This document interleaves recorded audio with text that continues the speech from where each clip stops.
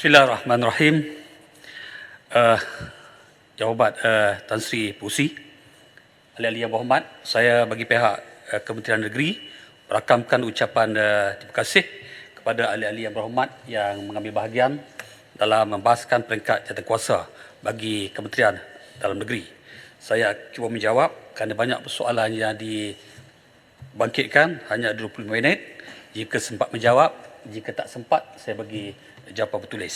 Saya mulakan dengan yang berhormat besut yang menyebut soal-soal berkaitan dengan kenyataan mengugut, akta berkaitan dengan 3R akan dimansuh atau dipinda, apakah tindakan kerajaan untuk mengelak ketakutan rakyat dalam bersuara, apakah garis panduan berkaitan dengan 3R. Sebenarnya dah banyak kali dijawab dalam dewan ini. Isu 3R di Malaysia adalah kompleks dan melibatkan bidang kuasa pelbagai institusi dan agensi. Dalam menangani isu-isu 3R yang semakin menular pada masa ini, Kementerian Dalam Negeri melalui penguatkuasaan PDRM sentiasa berpandukan kepada ketetapan dalam Perlembagaan Persekutuan serta undang-undang lain yang berkuasa. Antaranya adalah Akta Hasutan 1948, Kanun Kesiasaan dan Akta Komunikasi Multimedia 1998. Saya dah sebut tempoh hari bahawa bukan semua perkara berkaitan 3R adalah dilarang, melainkan ianya bertentangan dengan peruntukan-peruntukan di bawah akta-akta dan perundangan-perundangan yang saya nyatakan tadi. Maknanya jika menyatakan berkaitan 3R menyalahi akta-akta yang disebut tadi, maka ia dilarang.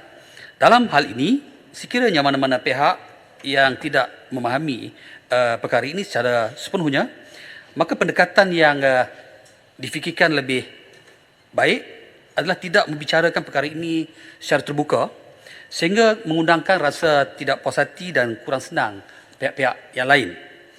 Fitrah definisi 3R dalam acuan negara ini adalah sangat meluas dan untuk menghadkan pemakaiannya kepada limitasi garis panduan hanya akan membuka ruang dan peluang kepada pihak yang tidak bertanggungjawab untuk mengeksploitasi batasan-batasan yang digariskan.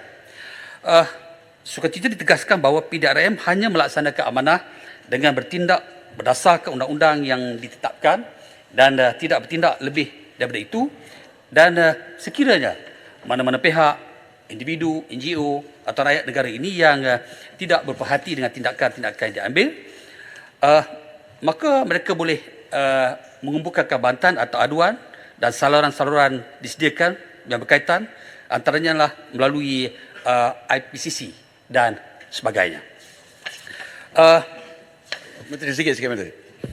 Menteri, persoalan saya, kenapa perlu ada ugutan daripada Menteri Komunikasi tentang perkara ini? Ya, kalau lebih baik adakan advokasi bagi penerangan yang ini boleh, yang ini tak boleh apa semua. Tapi jangan ada ugutan, besok ada kereta peronda datang depan rumah apa sebagainya. Takkan itu pun hakim tak tahu, bekas hakim tak tahu. Jawapan, Itu bekas hakim pun takkan tak tahu mana yang boleh, mana yang tak boleh. Jangan kutuk raja. Macam contoh Hambi Kedah, kutuk kami, Raja Selangor tak boleh. Bukan saya faham maksudnya yang apa ni, yang rakyat ni. Apa masalah ni? Jawapan, Dia baik, Menteri jawab sekarang. Jawapan, saya tidak boleh Rukun negara tak ikut ni, kesopanan kesusilaan tak ada ni. Okey, Menteri. Ya, Bapak, saya tidak boleh menjawab soalan tersebut. Soalan itu perlu ditanya ke kementerian lain. Berkaitan dengan isu yang dibangkitkan berkaitan dengan isu sokongan kepada kerajaan, PDRM menerima satu laporan polis berkaitan isu yang disebut oleh Yang Berhormat. Didapati tujuan utama pengadu membuat laporan polis tersebut adalah sebagai covering report untuk rujukan pihak SPRM kerana dikatakan melibatkan saluran dana yang salah yang dilakukan oleh kerajaan dalam laporan berkenaan. Jadi berdasarkan fakta dan keterangan yang ada, kes ini kita klasifikasikan dan dirujuk kepada Suruhanjaya Pencegah Rasuah. Yang Berhormat Air Hitam membangkitkan isu kanak-kanak bawah 12 tahun yang tinggal di luar negara seperti di Amerika Syarikat, di Arab Saudi, yang mengalami kesukaran untuk membaharui pasport disebabkan hanya mempunyai MyKit, dan bertanya bagaimana KDN mau membantu perkara ini. Saya ucapkan terima kasih Yang Berhormat kerana membangkitkan isu-isu seumpama ini yang menunjukkan keprihatinan kita kepada rakyat negara ini. Untuk makluman Yang Berhormat, semua kanak-kanak di bawah 12 tahun yang mempunyai CJ kelahiran dalam negara dan mempunyai 12 digit nombor perkenalan boleh membuat permohonan pasport melalui ibu bapa, penjaga di mana-mana pejabat kedutaan atau Suruhanjaya Tinggi Malaysia di luar negara. Saya rasa Yang Berhormat tahu perkara ini. Manakala isu kanak-kanak yang tidak dapat membuat permohonan pasport di luar negara barangkali mungkin melibatkan kanak-kanak kepada warga negara yang lahir di luar negara dan hanya mempunyai CJ kelahiran luar negara atau dikenali sebagai borang W atau borang H. Bagi mengatasi masalah ini, kanak-kanak yang belum mempunyai CJ kelahiran seperti kanak-kanak yang lahir di luar negara tadi, Jabatan Pendaftaran Negara telah merangka program Mekar Diaspora, iaitu kita hantar pasukan khas daripada KDN di bawah Jabatan Pendaftaran Negara ke luar negara untuk membantu kanak-kanak tersebut mendapatkan CJ kelahiran atau MyKit. Seterusnya untuk membuat permohonan pasport. Ini memang dalam tindakan kementerian program yang saya sebutkan tadi, Yang Berhormat. Yang Berhormat Damansara bangkitkan beberapa isu tadi, antara ialah Timbalan Menteri sekejap. Saya ucapkan tahniah kepada KDN kerana inisiatif ni sangat memang lama orang tunggu dan saya berharap selepas Mekar tu Amerika Syarikat ada 3,000 lebih dan saya difahamkan jumlah peruntukan yang diperlukan oleh KDN adalah 2 juta. Dah selesai masalah dekat Mekar, selepas tu bantu pula anak-anak Malaysia yang terkandas. Saya ucapkan tahniah sekali. Terima kasih. Terima kasih Aitam atas sokongan tersebut dan kita memang sentiasa untuk melakukan terbaik kepada rakyat Malaysia dalam atau luar negara.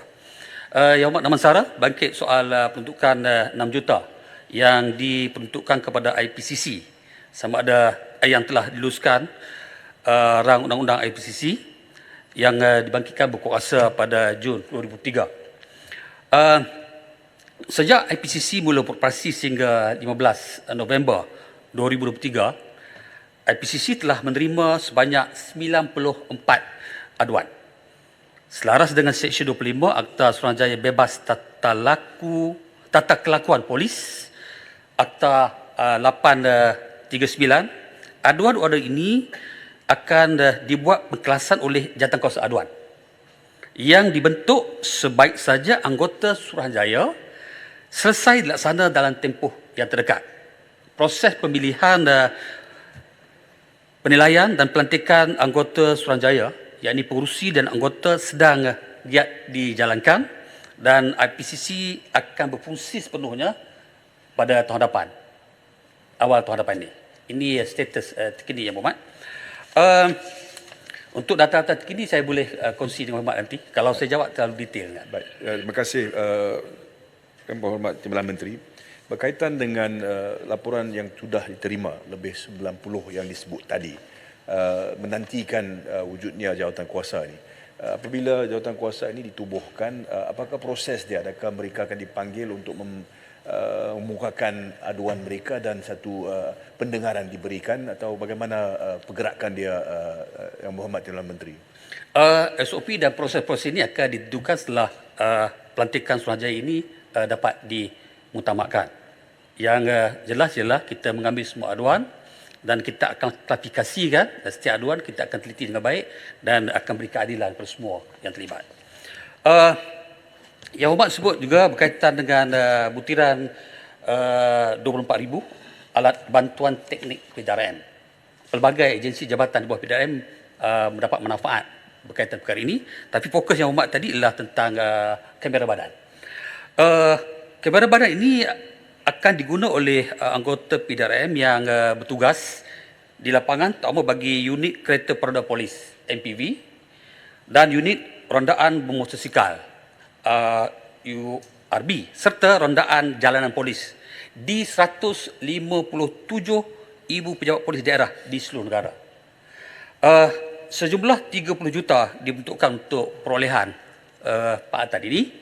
Sukacita saya maklumkan bahawa mesyuarat penilaian pembuktian konsep telah diadakan pada 26 Oktober lalu dan akan dimutamakkan dalam mesyuarat lembaga perolehan pada akhir November ini. Setelah proses ini selesai, ia akan diguna dan diharap akan mencapai matlamat sebagaimana yang kita sasarkan. Yang Umat Damansara juga sebut berkaitan dengan panel bebas, itu 5 panel bebas untuk kes jenayah di bawah PDRM. Berapa laporan polis terhadap pegawai SPRM yang dikatakan salah guna kuasa, apa tindakan diambil dan perkara dibangkitkan tadi. Saya nak sebut pada tahun 2021 sebanyak 3 kes telah disiasat oleh PDRM. 2 kes telah diputuskan tiada tindakan lanjut oleh DPP. Manakala 1 kes masih dalam siasatan PDRM. Bagi tahun 2022 terdapat 3 kes yang telah disiasat dan kesemua kes telah diputuskan tiada tindakan lanjut oleh DPP. Manakala bagi tahun 2023 setakat ini tiada apa-apa laporan yang kita terima. Merujuk kepada kes Syirul tadi. Pada 8 November 2023, Mahkamah Tinggi Australia memutuskan adalah satu perbuatan yang tidak sah dari segi undang-undang untuk menahan seorang warga asing tanpa tempoh tentu serta tidak boleh dihantar pulang. Keputusan ini menyebabkan tahanan dengan visa sementara termasuk Syirul telah dibebaskan. Yang Umat tahu tentang kes ini, Umat. Oleh kerana perkembangan undang-undang terbaru di Malaysia yang hanya menghapuskan hukuman mati mandatory. Ini bermakna hukuman mati masih wujud di Malaysia tetapi tidak lagi menjadi mandatory. Sebaliknya mengikut budi bicara mahkamah. Yang Umat arif tentang ini. Ekoran perkembangan undang-undang tersebut, mana-mana pesalah jenayah yang telah dijatuhi hukuman mati dan masih menunggu proses pelaksanaan hukuman tersebut boleh dan diberi peluang untuk membuat permohonan kepada mahkamah untuk meminta atau merayu kepada hukuman mati tersebut. Susulan itu, kenyataan yang berbagai Tan Sri Ketua Polis Negara telah mengeluarkan kenyataan bahawa usaha membawa balik ini sedang dipertimbangkan dan akan dibincangkan dengan Jabatan Pengurusan Negara bersama Kerajaan Australia. Ini kenyataan Ketua Polis Negara. Walaupun Malaysia juga mempunyai treaty MLA dan ekstradisi dengan Australia, namun prinsip dual criminality terpakai dalam pelaksanaan kedua-dua treaty tersebut. Ini bermaksud satu kesalahan mestilah menjadi kesalahan jenayah bagi kedua-dua negara yang juga membawa hukuman yang sama. Sekiranya Syirul berhasrat untuk balik ke Malaysia, beliau atau peguam boleh membuat permohonan agar hukuman mati dipindah kepada hukuman lain seperti hukuman pemenjaraan. Sekiranya ini berlaku, barulah Malaysia boleh mengumpulkan permohonan ekstradisi untuk beliau menjalani hukuman di Malaysia. Ini status setakat ini, Yang Berhormat. Yang Berhormat Langkawi, ada Yang Berhormat, berkaitan dengan dadah tadi, khususnya berkaitan dengan dibangkitkan tentang pemadam tadi, saya nak sebut bahawa untuk maklumat Yang Berhormat, kerajaan sedia mempertimbangkan peruntukan kepada NGO untuk menjalankan kempen kesedaran pendidikan, pencegahan melalui grant madani yang disediakan oleh kementerian. Memang boleh pohon, Yang Berhormat. Berkaitan dengan status pindaan rang undang-undang bagi Akta Penagih Dadah, rawatan dan pemulihan, dan bilakah pindaan rang undang-undang ini akan dibentangkan, Tan Sri, status pindaan bagi Akta Penagih Dadah, rawatan pemulihan 1983 kini telah diperingkat semakan pertama Jabatan Perorangan Negara. Dan KDN menjangkakan pembentangan pindaan rang undang-undang APD ini akan dibuat pada tahun hadapan, insyaAllah. Masjid Tanah tadi bangkit juga bersama dengan Yang Berhormat Tumpat. Isu berkaitan dengan Baitul Mahabbah Jabatan Imigresi Malaysia. Ini berkaitan anak-anak yang lebih kurang 1,000 orang. Tiada akses kepada pendidikan, kesihatan, apakah peruntukan 10 juta ya, termasuk kepada kebajikan dan peluang untuk pendidikan dan lain. Ini dibangkitkan tadi. Saya nak maklumkan bahawa Baitul Mahabbah Jabatan Imigresi Malaysia merupakan projek rintis yang KDN lakukan dan diperkenalkan oleh kerajaan untuk menyediakan persekitaran yang lebih kondusif kepada tahanan kanak-kanak di depo immigration yang berusia bawah 10 tahun bagi memastikan perkembangan dari segi mental mereka, fizikal, emosi kanak-kanak agar lebih sempurna, termasuk elemen pendidikan. Penempatan kanak-kanak di Baitul Mahabbah yang dilaksanakan oleh KDN ini adalah bersifat sementara sehingga proses penghantaran pulang tahanan tersebut ke negara asal bukanlah selama-lama di situ. Ia sementara sehingga proses itu penghantaran pulang mereka berlaku. Berhubung dengan peruntukan 10 juta yang dimaksudkan tadi, ianya antara lain merangkumi peluasan Baitul Mahabbah Jabatan Immigration Malaysia ketiga di lokasi tambahan yang akan dikenapasi oleh kerajaan meliputi Sabah, Sarawak dan satu lagi lokasi baru ialah di Semenanjung Malaysia. Ini adalah tertakluk kepada persetujuan oleh kerajaan negeri untuk mengenapasi cadangan-cadangan lokasi-lokasi tersebut dan ini menjadi jumlah keseluruhan Baitul Mahabbah JIM sebanyak 4 buah bagi tahun 2024. Apa yang kita buat ini membuktikan bahawa kerajaan bandar ini sangat prihatin dan membela kepentingan anak-anak yang ada di semua tempat. Yang Hormat. Yang Hormat, sikit penjelasan bagi jawab bertulis sebab ini ialah berhubung dengan angka. Sepanjang tahun ini berapa orang yang telah dihantar pulang ke negara asal? Yang kita tahu bahawa kerajaan akan cuba hantar pulang orang hingga ke Myanmar yang tak mungkin boleh berlaku. Jadi saya nak tanya Muhammad, yang Muhammad sebut akan dihantar pulang. Jadi perkataan hantar pulang tu untuk tahun ni ya.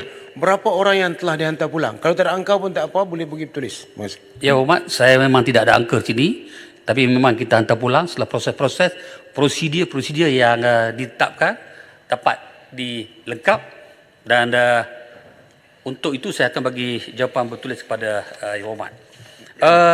Minta laluan, minta maaf tadi saya tidak hendak ganggu jawapan yang diberikan seterusnya. Berbalik kepada isu SPRM yang dibangkitkan tadi, Timbalan Menteri, saya dengar ada sebut berkenaan dengan laporan-laporan polis yang diterima dalam tahun 2021-22.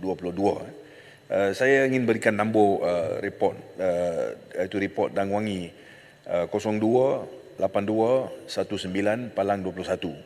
Ya, di mana tidak ada jawapan berkenaan dengan perkembangan kes ini. Saya minta supaya sekiranya boleh Timbalan Menteri berikan jawapan ini secara bertulis berkaitan dengan status siasatan kes itu dan juga perkara yang berbangkit untuk report yang lain di mana kalau tidak ada tindakan yang diambil sama ada pun tidak sebab-sebab boleh diberikan kepada pengadu di situ kenapa tindakan tidak diambil. Mungkin di satu perkara yang boleh dipertimbangkan oleh PDRM dan juga kementerian supaya bergerak ke depan pasal kita lihat bagaimana report ini diambil tindakan dari pihak polis. Tapi kalau keputusan dibuat supaya tidak ada pendakwaan, maka itu harus diberitahu kepada pengadu. Sebenarnya apa yang berlaku adalah pihak polis melaksanakan tugas. Tetapi keputusan dibuat oleh pihak lain dan sebab-sebab yang mendukung keputusan itu. Sekiranya boleh diambil dipertimbangkan cadangan itu. Terima kasih Timbalan Menteri. Terima kasih Hormat. Kita akan teliti perkara tersebut dan apa yang diminta tadi saya akan bagi secara bertulis Yang Hormat. Jawab tempat. Bangkit adakah banduan boleh mengikuti belajar secara online. Silap sebut ni. Duk teringat bola sepak ya Hormat. Ada live malam ni tak? Tan Sri pun nak tengok tu. Saya akan cepatkan. Untuk maklumat Dewan, banduan mengikuti program pengajian secara dalam talian ataupun dikenali sebagai modul pengajian tinggi melalui kerjasama Universiti Terbuka Malaysia, Universiti Pendidikan St. Idris dan Asian College of Exercise Medical melibatkan pengajian di peringkat diploma, sarjana muda, sarjana dan doktor falsafah. Modul ini memberi peluang kepada semua banduan menyambung pelajaran di peringkat lebih tinggi sejajar dengan prinsip pembelajaran sepanjang hayat. Maknanya kita sediakan pembelajaran kepada banduan dan mereka yang mahu mengikuti pengajian ini. Tumpak juga bertanya berkaitan dengan program pemulihan di penjara dilaksanakan. Saya nak sebut bahawa bahagian yang bertanggungjawab dalam berencana dan melaksanakan program pemulihan ke atas pesalah atau banduan di Jabatan Penjara Malaysia ialah bahagian pengurusan banduan. Semua banduan akan melalui proses pembangunan ihsan PPI yang merupakan satu sistem pemulihan yang bersepadu, merangkumi segala aspek fizikal dan kerohanian. Program ini mula diperkenalkan pada Februari 2002. Dah lama dah. Arau tak jadi menteri dulu tu kot. PPI dilaksana dengan memberi penekanan terhadap pembentukan disiplin dan disuli dengan pembentukan sasiah untuk membina semula tahap jati diri dan keyakinan di kalangan pesalah. Pesalah akan dididik, diberi pendahan serta latihan yang seimbang dalam semua aspek jasmani, rohani bagi keperluan dunia dan akhirat. Selaras dengan objektif ini, bahagian pengurusan banduan JPM telah melaksanakan program yang dinamakan Program Pembangunan Ihsan PPI untuk pesalah yang ditempatkan dalam penjara. Jawab Tenggara. Bangkitkan mengenai kerajaan mengenakan hukuman lebih berat kepada parti yang tinggal di masa dan usaha untuk menyegera pengusiran parti ke negara asal. Saya nak maklumkan bahawa Kementerian Negeri melalui Jabatan Immigration Malaysia sedang meneliti inisiatif untuk mengenakan hukuman lebih berat bagi mengatasi permasalahan jumlah pendatang asing tanpa izin parti yang tinggal dalam negara. Selain itu, Kementerian dan JIM juga komited untuk menyelesaikan isu parti dengan mengambil langkah-langkah berikut. Antaranya, melaksanakan inisiatif pengecualian pendawaan dan penawaran kompaun bagi kesalahan tinggal lebih masa yang tidak melebihi 90 hari. Melalui inisiatif ini, proses pengendalian serah diri kes tinggal lebih lama dapat dilaksanakan lebih lancar. Ia juga menggiatkan kerjasama dan rundingan dengan pihak perwakilan asing bagi tujuan menyegerakan urusan dokumentasi parti untuk proses pemindahan ke negara asal. Selain itu, JIM juga menjalankan kerjasama dengan Jabatan Penjara Malaysia untuk melaksanakan proses pemindahan banduan asing ke negara asal tanpa perlu ditempatkan di Dewan Immigration. Selain dari itulah melaksanakan operasi penguatkuasaan secara konsisten dengan beri fokus kepada majikan yang menyalahi Akta Immigration 1959/63, misalnya dengan mengaji atau memberi perlindungan kepada parti. Ini antara perkara-perkara yang kita laksanakan. Dari masa ke semasa kita perbaiki untuk menyelesaikan isu parti ini. Yang Hormat. Yang Hormat Kuantan, banyak perkara dibangkitkan tadi. Satu ialah isu mangsa skam luar negara. Rakyat Malaysia menjadi mangsa di luar negara. Apakah perlu ada usul lebih giat? Saya nak sebut bahawa Malaysia mempunyai kerjasama baik dengan negara-negara jiran melalui platform ASEAN untuk menangani isu-isu ini. Banyak isu lain lagi lah melalui kerjasama yang diwujudkan. Malaysia telah membawa isu jenayah penipuan pekerjaan ini untuk dibincangkan di peringkat ASEAN semasa mesyuarat plenary Menteri-Menteri Keselamatan ASEAN mengenai jenayah rentas sempadan AMMTC dan mesyuarat pegawai-pegawai kanan ASEAN mengenai jenayah rentas sempadan sejak tahun 2022 lagi. Untuk makluman yang hormat, perkara ini telah menjadi agenda tetap kedua-dua mesyuarat peringkat ASEAN yang mana telah turut dibincang dalam mesyuarat pada tahun 2023. Ini menunjukkan komitmen negara-negara ASEAN, terutama kita, dalam menangani jenayah penipuan pekerja yang turut melibatkan rakyat kita sebenarnya. Berkaitan dengan pertanyaan berhormat, apakah program kaunseling kepada pegawai dan anggota PDRM, saya nak sebut bahawa Kementerian sentiasa menitik berat aspek kesihatan mental pegawai-pegawai berkuasa, jabatan agensi di bawah Kementerian Dalam Negeri, terutama pegawai-pegawai dan anggota PDRM. Pada masa ini terdapat 142 pegawai kaunseling yang ditempatkan di PDRM di seluruh negara bagi melaksanakan pelbagai program kaunseling dan kepada warga PDRM di semua peringkat. Sehingga 31 Oktober 2023, jumlah pejawatan polis Marine, ni berkaitan polis Marine, right? Tadi kaunseling, berkaitan dengan polis Marine, sehingga 31 Oktober 2023, jumlah pejabatan polis Marine adalah sebanyak 2,440. PDRM masa ini sedang melaksanakan kajian mengoptimum penjawatan secara menyeluruh dari peringkat ibu pejabat Polis Bukit Aman, kontingen daerah sehingga ke peringkat balai termasuk pasukan polis Marine. Tindakan ini adalah bagi pastikan PDRM dapat melaksanakan fungsi dan peranan yang ditetapkan dengan berkesan berdasarkan jumlah penduduk, pembangunan setempat, kadar jenayah serta isu dan cabaran-cabaran Yang Muhammad, dalam buku bajet saya tak nampak perkataan APMM. APMM saya percaya telah diserapkan kepada Polis Marine. Yang Muhammad kata penjawatan tadi 2,000 Polis Marine, tapi APMM punya penjawatannya ialah lebih daripada 4,000. Jadi bagaimana Polis Marine ni dikatakan ada 2,000 penjawatan tetap? Apakah APMM tak dimasukkan dalam Polis Marine dan APMM tidak dimasuk dalam senarai di sini pun? Ya Umat, sebab dia tanya Polis Marine, tak tanya soal APMM. Kalau Yang Umat nak data tu APMM saya bagi betul je Umat. Yang Muhammad, APMM tak dimasuk di bawah mana-mana. Saya percaya dia masuk di bawah Polis Marine. Sebab apa? Polis Marine sekarang ni digabungkan dengan APMM di bawah Polis Marine. Jadi saya nak tanya, apakah anggota APMM tu tak dimasukkan di bawah Polis Marine?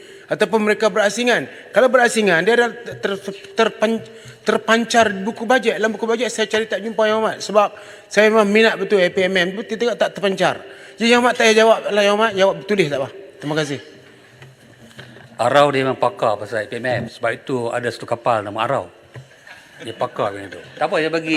Sebelum tu Yang Umat. Menteri perlukan berapa minit lagi? 10 minit boleh? Ya. Boleh. Okey, 10 minit Ini berkaitan dengan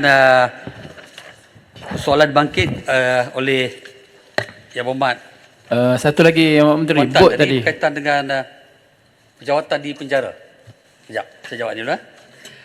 Di penjara sehingga 31 Oktober 2023, jumlah penjawatan pegawai beruniform dan awam di penjara adalah sebanyak 17,345 orang. 15,548 uniform, 1,797 awam. KDN pada masa ini sedang melaksanakan kajian pengstrukturan semula penjara secara menyeluruh, memastikan fungsi dan peranan ditetapkan pada penjara dapat dilaksanakan dengan lebih kesan. Malah Yang Berhormat Menteri dah sebut dalam Dewan ni, reformasi penjara akan dibuat bagi pastikan penjara kita lebih hebat berbanding dengan negara-negara lain.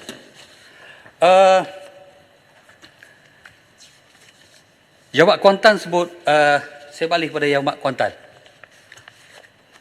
Jawab Kuantan bertanya berkaitan bajet bagi penyelenggaraan, perbaikan dan naik taraf sebanyak 78 juta bagi 2024. Untuk makluman Yang Berhormat, pelaksanaan baik pulih fasiliti penjara sentiasa diambil perhatian oleh Kementerian Dalam Negeri melalui bajet ini dan juga bajet pembangunan. Bagi tahun 2024, anggaran peruntukan mengurus berjumlah 78 juta diperuntukkan untuk penyelenggaraan, pembaikan, naik taraf, merangkumi semua aset fasiliti di bawah kawalan Jabatan Penjara Malaysia termasuk penjara penuh di Kuantan. Faham, Yang Berhormat? Okey. Terima kasih. Okey. Bagi penjawatan di Jabatan Penjara, Yang Berhormat tanya adakah tidak tambah? Saya nak sebut bahawa sebanyak 1,200 penjawatan telah diisi di Jabatan Penjara bagi tahun 2023 dan kelulusan tambahan penjawatan grade lantikan 2003 sebanyak 480 penjawatan telah diluluskan oleh JPA pada 9 November 2023. Jabatan Penjara Malaysia telah mengemukakan pengstrukturan semula Jabatan Penjara kepada JPA melalui KDN pada November lalu. Dan sebagaimana saya sebutkan tadi, reformasi penjara sedang dibuat untuk menambah baik daripada apa yang kita laksanakan hari ini. Masjid Tanah tadi tanya berkaitan dengan cadangan pemanjangan bayaran insentif pengawasan pelatih Puspen kepada pegawai AADK yang lain. Untuk makluman Yang Berhormat Masjid Tanah, Kementerian sentiasa menyemak kadar gaji dan allowance serta kemudahan ke atas pegawai penguatkuasa jabatan agensi di bawah KDN termasuk AADK demi memastikan kebajikan mereka terpelihara. Ketika ini, pegawai AEDK di Puspen dibayar bayaran insentif pengawasan pelatih sebanyak 200 sebulan. 200 ya. Kajian untuk pemanjangan allowance ini kepada pegawai AEDK yang terlibat dengan tugas penguasaan di AEDK negeri dan daerah sedang dilaksana. Dapatan kajian ini akan turut dimasukkan dalam kajian sistem saraan perkhidmatan awam yang sedang dibuat. Kajian ini meliputi kajian ke atas struktur gaji, allowance perkhidmatan awam sedia ada bagi memastikan gaji allowance yang diterima oleh pejabat awam termasuk pegawai AEDK sentiasa relevan agar penyampaian perkhidmatan kepada rakyat dapat dilaksanakan dengan baik dan berkesan. Saya balik ke negara. Tadi dia tanya juga berkaitan dengan Yang Muhammad, isu minta penipuan. penjelasan Tan Sri. Ni, talian. Sambung yang... Tadi hak gaji. Okey. Yang Muhammad, tadi saya mungkin ada timurkan sedikit.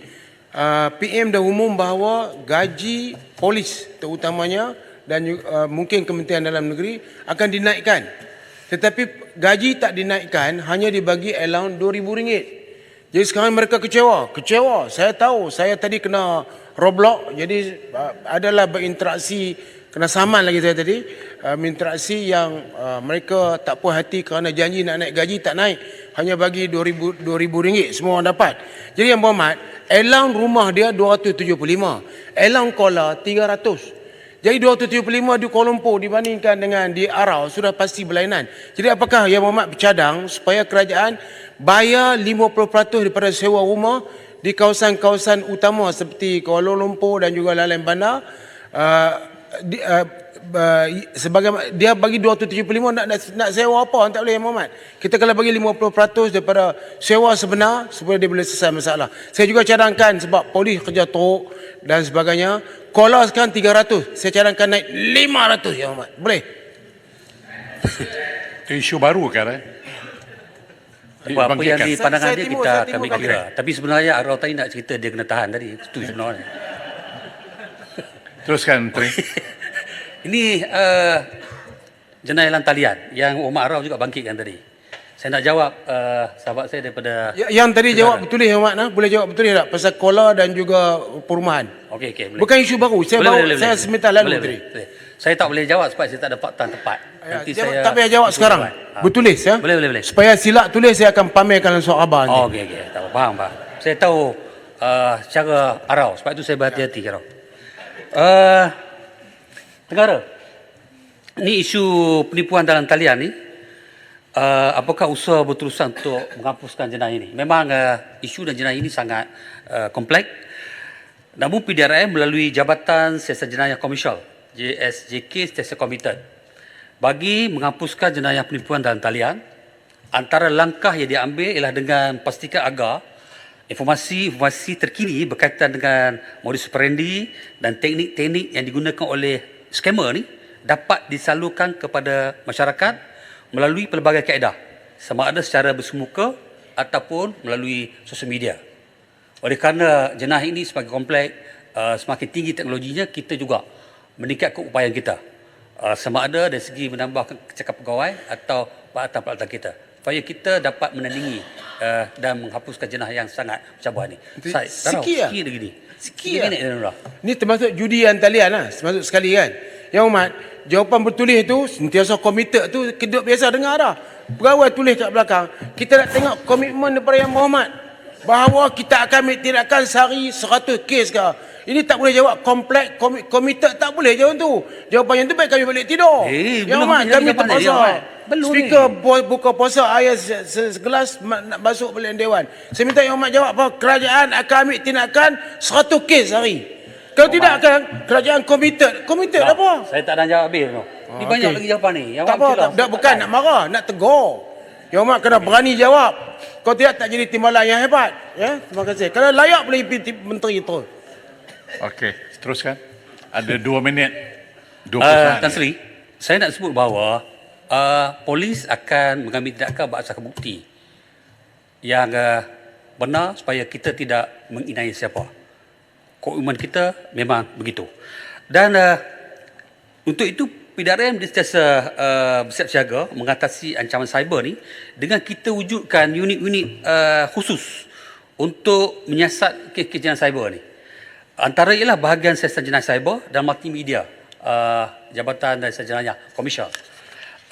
Terdapat pelbagai unit kita ada ni. Sebab itu saya sebutkan tadi, keupayaan kita tingkatkan di masa semasa kerana jenayah ini semakin meningkat. Jangan bangun Ahmad. Saya tak sempat jawab dulu. Satu ialah unit siasatan forensik digital yang berfungsi sebagai unit menganalisis paranti-paranti digital yang terlibat dengan kes jenayah cyber ni. Yang kedua ini adalah unit Cyber Investigation Response Center PCIRC yang berperanan untuk membuat pemantauan di sosial media kes-kes 3A dan isu-isu scammer di Malaysia. Ini satu unit. Kita juga ada unit National Scam Response Center NSRC yang bertanggungjawab dalam mengurus siasatan bagi kes-kes penipuan atas talian yang dilaporkan kepada unit ini.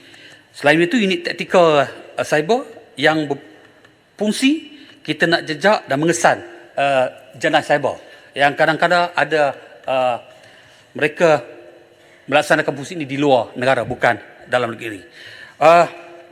Oleh yang demikian, bagi memastikan unit-unit siasatan cyber yang sedia ada mencapai objektif, cadangan pindahan undang-undang dan sesi libat urus diadakan berkaitan dengan perkara-perkara yang saya sebutkan tadi. Saya nak sebut bahawa Yang Amat Berhormat Perdana Menteri ketika membentangkan belanjawan 2024 telah mengumumkan kerajaan akan menambah peruntukan kepada NSRC sebanyak 20 juta pada tahun depan berbanding dengan 10 juta tahun ini sebagai usaha untuk kita kukuhkan peranan NSRC dan PDRM dalam membendung jenayah penipuan talian atau scam yang semakin berluasa. Yang Berhormat Tan Sri, memang saya tahu banyak saya tak jawab, masa tak cukup.